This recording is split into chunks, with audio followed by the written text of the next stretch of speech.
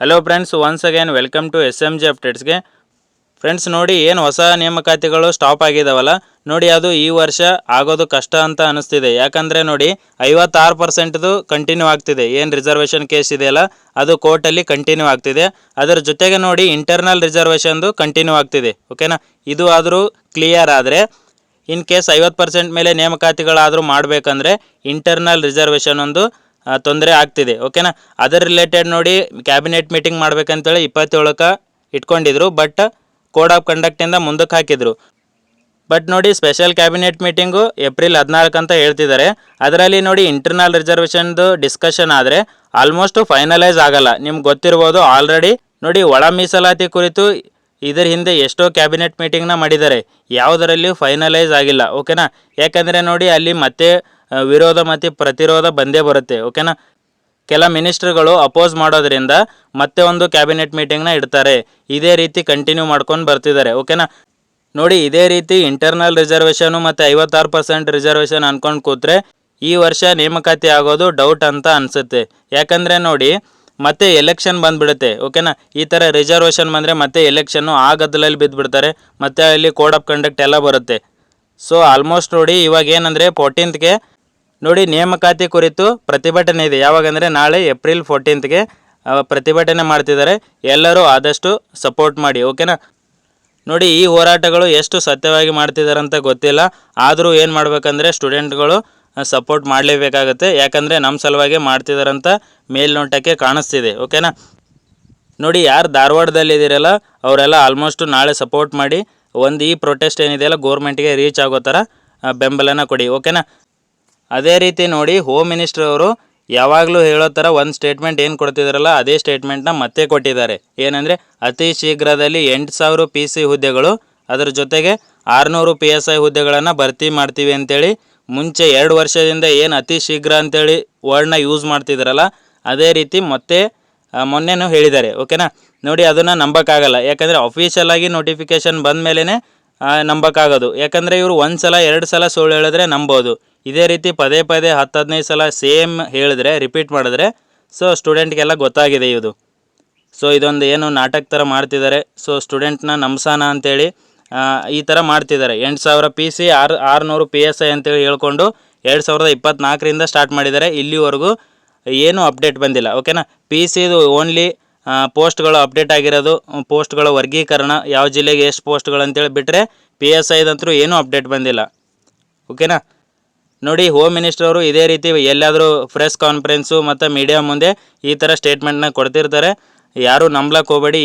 ನೋಡಿ ಏನು ಗೋರ್ಮೆಂಟ್ ಮೇಲೆ ಪ್ರೆಷರ್ ಹಾಕಬೇಕಿದೆಯಲ್ಲ ಸ್ಟೂಡೆಂಟು ಪ್ರೊಟೆಸ್ಟ್ನ ಮಾಡಲೇಬೇಕಾಗುತ್ತೆ, ಪ್ರೆಷರ್ನ ಹಾಕಲೇಬೇಕಾಗತ್ತೆ.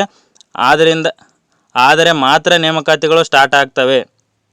ಓಕೆನಾ, ನೋಡಿ ಮಾರ್ಚಲ್ಲಿ ನೇಮಕಾತಿಗಳು ಅಂದ್ಕೊಂಡಿವಿ, ಅಲ್ಲಿಯೂ ಆಗಲಿಲ್ಲ. ಏಪ್ರಿಲ್ ಅಂದಿವಿ, ಅದೂ ಕಂಪ್ಲೀಟ್ ಆಗುತ್ತೆ. ಇವಾಗ ಏಪ್ರಿಲಲ್ಲಿ ಯಾವುದೇ ನೋಟಿಫಿಕೇಷನ್ನು ಆಗಲ್ಲ. ನೆಕ್ಸ್ಟ್ ಇನ್ನು ಮೇ ಜೂನಲ್ಲಿ ನೋಡಬೇಕು. ಯಾಕಂದರೆ ಮತ್ತೆ ಅಕ್ಟೋಬರು ಸೆಪ್ಟೆಂಬರಲ್ಲಿ ಎಲೆಕ್ಷನ್ ಅಂತ ಹೇಳ್ತಿದ್ದಾರೆ. ಓಕೆನಾ, ಇನ್ ಕೇಸ್ ಎಲೆಕ್ಷನ್ ನಡೆದರೆ ಮತ್ತೆ ಅಲ್ಲಿ 1 ತಿಂಗಳು 2 ತಿಂಗಳು ಯಾವುದೇ ನೋಟಿಫಿಕೇಷನ್ಗಳು ಆಗಲ್ಲ. ಸೊ ಅದಕ್ಕಿಂತ ಬಿಫೋರ್ ಏನು ಮಾಡಬೇಕಂದ್ರೆ ನಾವು ಗೋರ್ಮೆಂಟ್ ಮೇಲೆ ಪ್ರೆಷರ್ನ ಹಾಕಿ ನ್ಯೂ ನೋಟಿಫಿಕೇಷನ್ಗಳನ್ನು ಮಾಡಿಸ್ಕೊಳ್ಳೇಬೇಕು. ಓಕೆನಾ, ಯಾವುದಂದರೆ PC ಒಂದಿದೆ, VO ಒಂದಿದೆ, SD FD ಇದೆ, ಕೆಲವೊಂದು AEJ ನೋಟಿಫಿಕೇಷನ್ಗಳಿದೆ. ಓಕೆನಾ, ಸಿವಿಲು ಮೆಕ್ಯಾನಿಕಲ್ ಎಲ್ಲ. ಸೊ ನೀವು ಪ್ರೆಷರ್ನ ಹಾಕಿದ್ರೆ ಮಾತ್ರ ನೋಟಿಫಿಕೇಷನ್ನ ಮಾಡ್ತಾರೆ. ಅದ್ರ ಜೊತೆಗೆ RTO ಇದೆ ಮತ್ತು AEE ಇದೆ, ಲ್ಯಾಂಡ್ ಸರ್ವೇರ್, ಇವೆಲ್ಲ ನೋಟಿಫಿಕೇಷನ್ನ ಮಾಡಬೇಕು. ಸೊ ಅದು ನೋಡಿ 2024ರಲ್ಲಿ ಆಗಿರೋ ಇವೆಲ್ಲ ನೋಟಿಫಿಕೇಷನ್ಗಳು ಇನ್ನೂ ಕಂಪ್ಲೀಟ್ ಆಗಿಲ್ಲ. ಸೊ ಇನ್ನು ಹೊಸದಾಗಿ ಅಪ್ಲಿಕೇಶನ್ ಕರೆದು ಮತ್ತೆ ಅಪ್ಲೈ ಮಾಡೋಕ್ಕೆ ಕೊಟ್ಟು ಮತ್ತೆ ಎಕ್ಸಾಮ್ ಡೇಟ್ನ ಬಿಟ್ಟು ಸೊ ಎಲ್ಲ ಪ್ರೊಸೆಸ್ ಮಾಡ್ಬೇಕಂದ್ರೆ KPSC ಇನ್ನೂ 2 ವರ್ಷ ತೊಗೊಳುತ್ತೆ. 2028ರಲ್ಲಿ ಆಲ್ಮೋಸ್ಟ್ ಕಂಪ್ಲೀಟ್ ಮಾಡ್ಬೋದು. ಈ ವರ್ಷ ಇವು ಏನು ಕ್ಯಾನ್ಸಲ್ ಆಗಿರೋ ಎಕ್ಸಾಮ್ನ ನೋಟಿಫಿಕೇಷನ್ ಮಾಡಿದ್ರೆ. ಇಲ್ಲ ಅಂದರೆ ನೋಡಿ 2026 ಕಂಪ್ಲೀಟ್ ಆಗಿ ಹೋಗಿ 2027ಕ್ಕೆ ನೋಟಿಫಿಕೇಷನ್ ಆದರೆ 2030ವರೆಗೂ ಹೋಗುತ್ತೆ. ನೀವು ಪ್ರೀವಿಯಸ್ ಎಲ್ಲ ನೋಡಿರ್ಬೋದು. CTI PDO ನೋಡಿ 2 ವರ್ಷ ಆಯಿತು, ಗ್ರೂಪ್ B ನೋಡಿ 2 ವರ್ಷ ಆಯಿತು. ಸೊ ಇನ್ನೂ ಯಾವುದೂ ಕಂಪ್ಲೀಟ್ ಆಗಿಲ್ಲ. ಅದರ ಸಲುವಾಗಿ ಹೇಳ್ತಿರೋದು. ನೋಡಿ ಏನು ಇವಾಗ 3-4 ವರ್ಷದಿಂದ ಸ್ಟಡಿ ಮಾಡ್ತಿರ್ತಾರಲ್ಲ ಹುಡುಗರು, ಅವರಿಗೆ ತುಂಬ ಪ್ರಾಬ್ಲಮ್ ಆಗ್ತಿದೆ. ಫಿನಾನ್ಷಿಯಲಿನೂ ಪ್ರಾಬ್ಲಮ್ ಆಗ್ತಿದೆ, ಮೆಂಟಲಿನೂ ಎಲ್ಲ ಪ್ರಾಬ್ಲಮ್ ಆಗ್ತಿದೆ. ಸೊ ನೀವೇನು ಮಾಡಬೇಕಂದ್ರೆ ಏನಾದರೂ ಒಂದು ಪ್ರೈವೇಟ್ ಜಾಬ್ನ ನೋಡಿಕೊಂಡು ಪ್ರಿಪೇರ್ ಆಗೋದು ಒಳ್ಳೇದಂತ ಅನಿಸುತ್ತೆ. ಪ್ರೈವೇಟ್ ಜಾಬ್ನ ಹುಡ್ಕೊಳ್ಳಿ. ಓಕೆನಾ, ಪ್ರೈವೇಟ್ ಜಾಬ್ ಮಾಡಿಕೊಂಡು ಓದಿದ್ರೆ ಇನ್ನೂ ಈ ಗೋರ್ಮೆಂಟ್ ಲೇಟ್ ಮಾಡಿದ್ರೆ ನಿಮಗೆ ಒಂದು ಪ್ರೆಷರ್ ಅನ್ನೋದಿರಲ್ಲ. ಸೊ ಮೆಂಟಲಿ ನೀವು ಸ್ಟ್ರಾಂಗ್ ಆಗಿರಬೇಕಾಗತ್ತೆ. ಫಿನಾನ್ಷಿಯಲಿ ಫಿಟ್ ಇದ್ದರೆ ಮಾತ್ರ ಈ ಗೋರ್ಮೆಂಟ್ ಎಕ್ಸಾಮ್ನ ಕ್ಲಿಯರ್ ಮಾಡೋಕ್ಕಾಗೋದು. ಸೊ ನೋಡಿ, ಅದನ್ನೊಂದು ತಲೆಯಲ್ಲಿ ಇಟ್ಕೊಂಡು ಓದಿದ್ರೆ ಯಾವುದೇ ತಲೆಯಲ್ಲಿ ಉಳ್ಕೊಳ್ಳಲ್ಲ. ನೋಡಿ, ಇದು ಇಂಟರ್ನಲ್ ರಿಸರ್ವೇಷನ್ದು ಇನ್ನೂ ಬಗೆಹರಿಯೋ ಥರ ಕಾಣಿಸ್ತಿಲ್ಲ. ಯಾಕಂದರೆ ಕೆಲವು ಮಿನಿಸ್ಟ್ರುಗಳು, ಕೆಲ ಸಮುದಾಯಗಳು ಏನಂದರೆ ಅಪೋಸ್ ಮಾಡೇ ಮಾಡ್ತಾರೆ. ನೆಕ್ಸ್ಟ್ ಇವಾಗ ಕ್ಯಾಬಿನೆಟ್ ಮೀಟಿಂಗಲ್ಲಿ ಡಿಸ್ಕಷನ್ ಇನ್ನೂ ಕಂಪ್ಲೀಟಾಗಿ ಆಗಲ್ಲ ಅಂತ ಆಲ್ರೆಡಿ ನೀವು ನೋಡಿರ್ಬೋದು, ನ್ಯೂಸ್ ಪೇಪರಲ್ಲಿ ಎಲ್ಲ ಕಡೆ ಬಂದಿದೆ. ಸೊ ಅಲ್ಲಿ ಕ್ಲಿಯರ್ ಆಗಲ್ಲ, ಇನ್ನೂ ಮುಂದಕ್ಕೆ ಹೋಗೇ ಹೋಗುತ್ತೆ. ಸೊ ನೀವು ಪ್ರೈವೇಟ್ ಜಾಬ್ನ ಕೈ ಬಿಡಬೇಡಿ, ಅದನ್ನು ನಂಬಿಕೊಂಡು ಗೋರ್ಮೆಂಟ್ ಜಾಬ್ಗೆ ಪ್ರಿಪೇರ್ ಆಗಿ. ನೋಡಿ, ನಾನು ಮುಂಚೆ ಹೇಳ್ದಂಗೆ ನಾಳೆ ಏನು ಪ್ರೊಟೆಸ್ಟ್ ಇದೆಯಲ್ಲ ಅದಕ್ಕೆ ಎಲ್ಲರೂ ಬೆಂಬಲ ಕೊಡಿ. ನೆಕ್ಸ್ಟ್ ಏನಾದರೂ ಪ್ರೊಟೆಸ್ಟ್ಗಳಿದ್ದರೆ ಆದಷ್ಟು ಅಲ್ಲೆಲ್ಲ ನಿಯರ್ ಇರೋರು ಎಲ್ಲರೂ ಪ್ರೊಟೆಸ್ಟ್ಗೆ ಬೆಂಬಲನ ಕೊಡಿ, ಓಕೆನಾ. ಮತ್ತು ಪೋಸ್ಟ್ಗಳನ್ನು ರೀಪೋಸ್ಟ್ ಮಾಡೋದು ಆ ಥರ ಎಲ್ಲನೂ ಸಪೋರ್ಟ್ ಮಾಡಿ. ನಾಳೆ ನಾವು ಎಲ್ಲರೂ ಭಾಗಿಯಾಗ್ತೀವಿ, ನೀವು ಎಲ್ಲರೂ ಸಪೋರ್ಟ್ ಮಾಡಿ, ಓಕೆನಾ. ಅಂದರೆ ಮಾತ್ರ ಈ ಹೋರಾಟ ಸಕ್ಸಸ್ ಆಗೋದು. ಅದಾದಮೇಲೆ ನೋಡೋಣ ಗೋರ್ಮೆಂಟ್ ಅವರು ಏನು ಡಿಸಿಷನ್ ತೊಗೊತಾರೆ ಅಂತೇಳಿ. ಲಾಸ್ಟ್ ಆದಾಗ 30 ದಿನದಲ್ಲಿ ನೇಮಕಾತಿಗಳನ್ನು ಸ್ಟಾರ್ಟ್ ಮಾಡ್ತೀವಿ ಅಂತೇಳಿ ಒಂದು ಭರವಸೆನ ಕೊಟ್ಟಿದ್ದರು, ಬಟ್ ಅದು ಈಡೇರಲಿಲ್ಲ.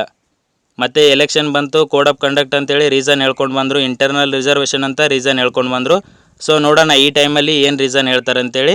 ಎಲ್ಲರೂ ನಾಳೆ ಸಪೋರ್ಟ್ ಮಾಡಿ, ಓಕೆನಾ. ನೋಡಿ, ಮತ್ತೆ ಏನಾದರೂ ಅಪ್ಡೇಟ್ ಬಂದರೆ ಅಪ್ಡೇಟ್ ಮಾಡ್ತಿರ್ತೀನಿ, ಓಕೆನಾ. Thank you friends.